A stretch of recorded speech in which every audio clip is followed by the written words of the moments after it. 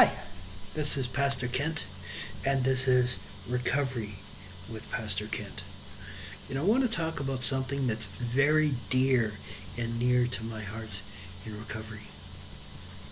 I've seen it many times in my 2 decades in Narcotics Anonymous, and it's disgusting, and it's despicable, and it's wrong. Emma, thank you for being here with us. Bless, guide. These words, Mede, prick spirits and unharden hearts. And we say these things in Yeshua's name. Amen. The treatment center is there to help through grief, addiction, crisis, social issues, problems with issues in relationships. There is so much we do. I want to talk about something that is very predominant in the world today, in Canada and United States. It's sexual issues, sexual harassment, sexual molestation, and of course the worst one, in my opinion, is rape.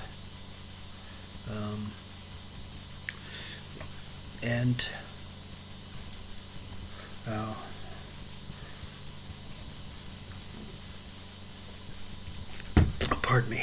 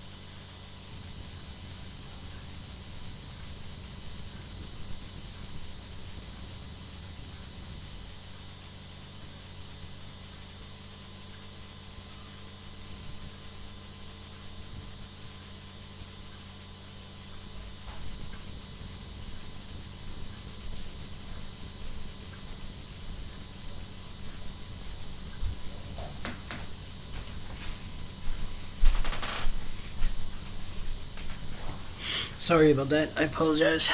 So let's look at the reading for today. Can you believe it? It's 21 days to Christmas. I'm getting so excited, man.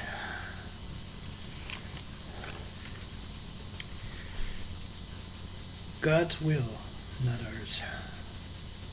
We know that if we pray for God's will, we will receive what is best for us, regardless of what we think. God will not give us what we want. He will give us what we need. But the time we come to Narcotics Anonymous, the inner voices had become unbearable. And self-destruction, addiction, and wrapping our desires, our interests, our senses, and what is best for ourselves. What's why it's been so important in recovery to develop our belief in a power, sorry, I don't like that, in God, which is greater than ourselves, starting that we could provide how to reply to the power's care, or to God's care, and to trust the inner decision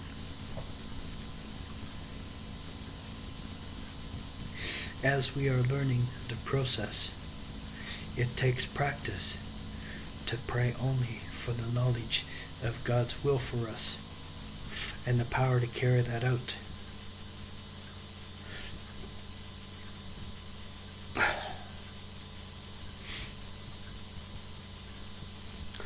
We may even have found ourselves praying something like, "Believe me on this character defect so that I don't and cannot take it back." You know, the more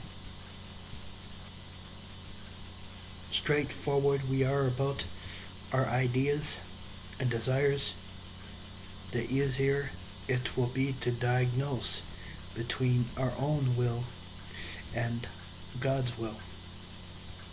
Just for now, information God, we might pray, "Here's what I want in this situation. Nothing less. I ask that your will be, not mine, be done." Once we do this, we are prepared to recognize the power and accept our God's guidance. Just for today, God, I will learn to trust your guidance. That I still have my own ideas about how I want to live my life. Let me share those ideas with you, and then let me clearly understand your will for me. In the end, let your will, not mine, be done. One of the hardest things I had to learn in recovery. All right, on to the topic at hand. 13 stepping. Make no mistake, these people who 13 step in the 12-step programs, AA, NA, Narcotics Anonymous, Cocaine Anonymous, Women of Society, okay, GA, Gamblers Anonymous, Smokers Anonymous, the people that do this are predators, and we should charge them every single time. Some learn about 12-step programs and how they worked, learn about Alcoholics Anonymous, Narcotics Anonymous, Cocaine Anonymous, learn about the 12-step recovery program, understand self-help groups finding supports, and the sponsor help with recovery. Members try to get fresh recruits on their backs before they're on their feet. But newbies don't have to take harassment lying down. You know? A 31-year-old marketing executive who had 3 years sober and then engaged in a non-alcoholic had 13 years and had about 1 month. She ignored her sponsor's suggestion to avoid him, and the two went on a couple of dates. I would let him. I was going to a meeting, and he would tell me that I don't need to do that, that I should go out with him instead. The next time we hung out, we tried having sex with me. I refused. He broke it off the next day. Soon after, I met another newcomer girl who also dated him. She told me, and he would take her to the bars even though she was having trouble staying sober. The 12-step groups, there is a term for this. It's called 13 steppin'. It is not an official part of the 12-step program, but rather a collegiate term for when someone with more than a year clean time hits on a person with less than a year. This is despicable and utter disgusting behavior. It can be disastrous. It creates definite power ratio where someone is gaining power over someone else who is weaker, and it can endanger both their clean time. The one thing is always what people to realize is it's not a gender thing. All sexes and genders prefer to be called predators. Dero.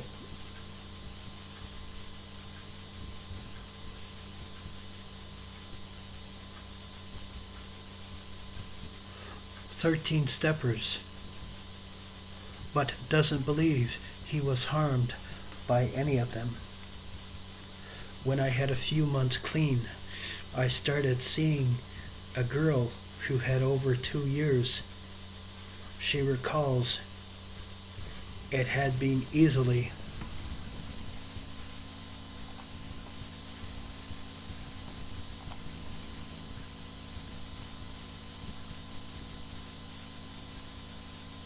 over a year since I had any contact to the female, or my sponsor told me that if I was going to start dating in a 12-step groups, I should be honest and have fun, but I didn't need to be in a relationship.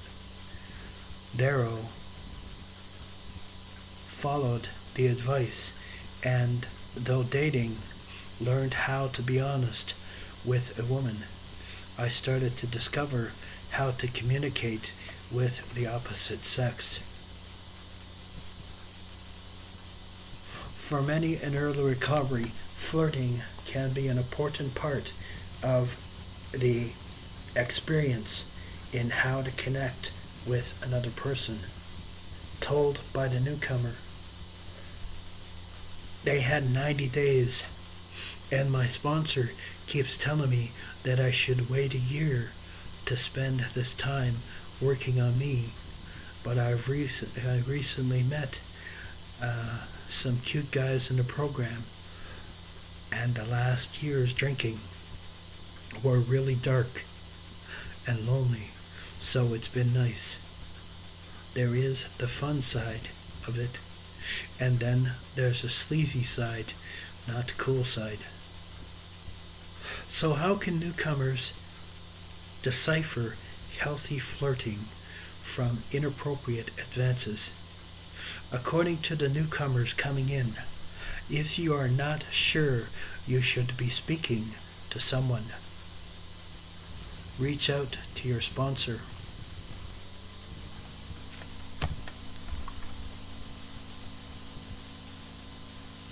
Or someone of the same sex and ask their opinion. We must have another pair of eyes, because when you're on the outside or the inside looking out, it doesn't look the same as the outside looking in. But then there are the predators, people who have made reputations of going after newbies. Such behavior even made national news when associations were made in 2007 against leaders in a 12-step dealing with the associates. Woman reported feeling pressured to sleep with older group members. Others sponsored by older men, as well as advertised to quit therapy, stop taking medication, including antidepressants, and only see their families in company or midtown members. This charges against them ran deep, hurting the institution from the 13th Steppen, and a civil suit was filed against one of the group members. Despite all the associations, there were many from the group who said that nothing of the sort took place, and that if it did, the harassment only impacted a select few. So this is a disgusting part of 13th Steppen, is these predators usually have backup and people that will stand with him and stand against you and make you look like the fool in the heel. Okay? It's wrong, and it's not okay. Either way, the story caused many 12-step groups needed to start looking at sexual behavior within their fellowship. Something, according to the 12-step group, is a good idea. A lot of people coming into recovery are vulnerable, and you have to understand that many 12-step meetings have found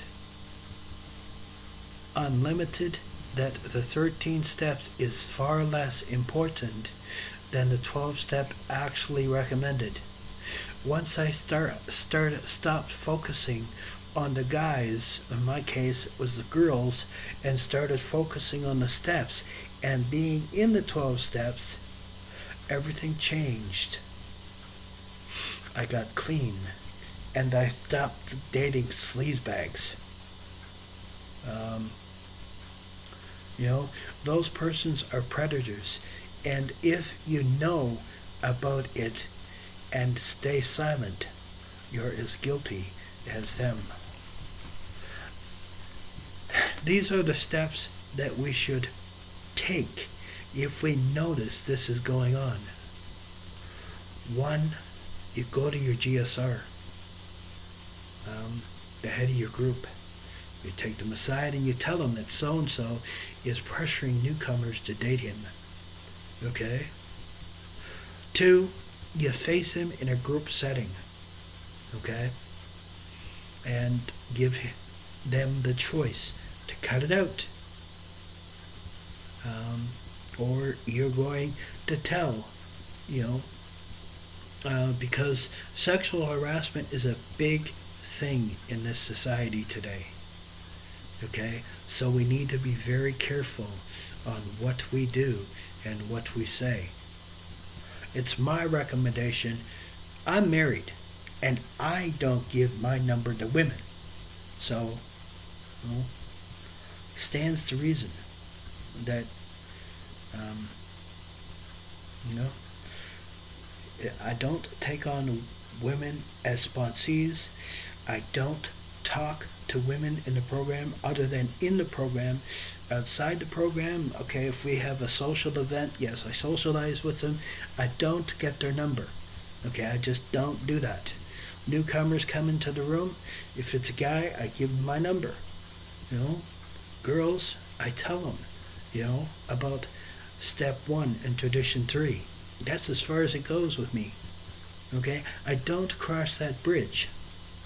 And after you tell your GSR, and you face them in a group setting, then if nothing gets done over a short period of time, you as a person start taking newcomers aside and telling them about this pervert.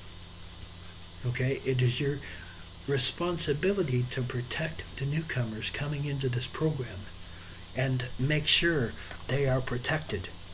Now, from my experience, these situations never go good. The average of the law of ratio is this.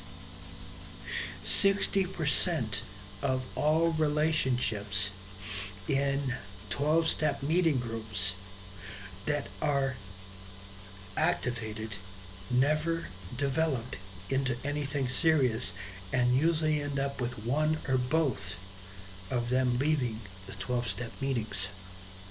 So is it worth it? You know? Our main focus is to help the newcomer. Step 12 says, after having had a spiritual awakening as a result of these steps, we tried to carry this message to other addicts and to practice these principles in all our affairs. So, I go by the readings in our steps. I place principles before personalities. Am I saying there's not pretty girls in groups? No, I'm not. Am I saying they're not attractive? No, I'm not. Okay? But ethically, morally, and as a gentleman, I just don't give my number to women. I can't stress that enough. Do not give your number as a man to a woman. Don't do it. Okay? It always ends up badly. Always. It is wrong ethically, morally, and spiritually. Okay? It is wrong. Just don't do it.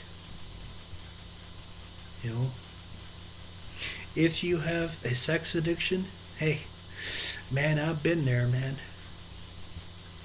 You know? I'm telling you this from experience because I had a relationship in recovery. She had 2.5 years, and I had 2 years. I thought I had it together. I married her. 4 days later, 4 days later, she kicked me out, and I took a nervous breakdown and almost ended me back out again. It doesn't go right. Okay? 60% of those relationships fail, according to Stats Canada. So, just use your head, okay? Don't use your penis in this aspect. You know? Don't be a pervert, okay? If you are a flirtatious person out there, flirting's fine, you know? Just don't get the number, you know? And if they come to you and want to give you the number, you say, no, I don't take numbers of opposite sex. By the same token, if you're gay, don't take the numbers of same sexes, okay? Get the number of an opposite sex so that that love connection can't happen, okay? I've seen that happen too, where it says in the program, you know, some programs are real sticky about this. Women with women and men with men, no matter what your sexual preference is. Well, I don't necessarily agree with that, you know, because I've seen it end badly, you know. And one came back, but felt guilty for pushing the other one out. So, you know, those relationships don't end right either, you know. So, my rap for this is very simple. If you're a man and you're attracted to men, don't get a man's number. If you're a woman and you're attracted to women, don't get a woman's number. Right? Just don't.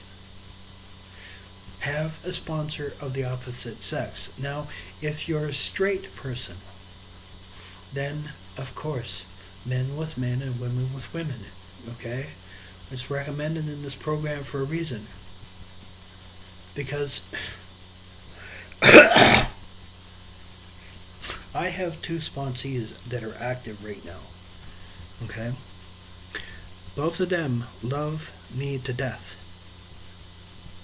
But it's a love of brotherly love, and that's as far as it goes.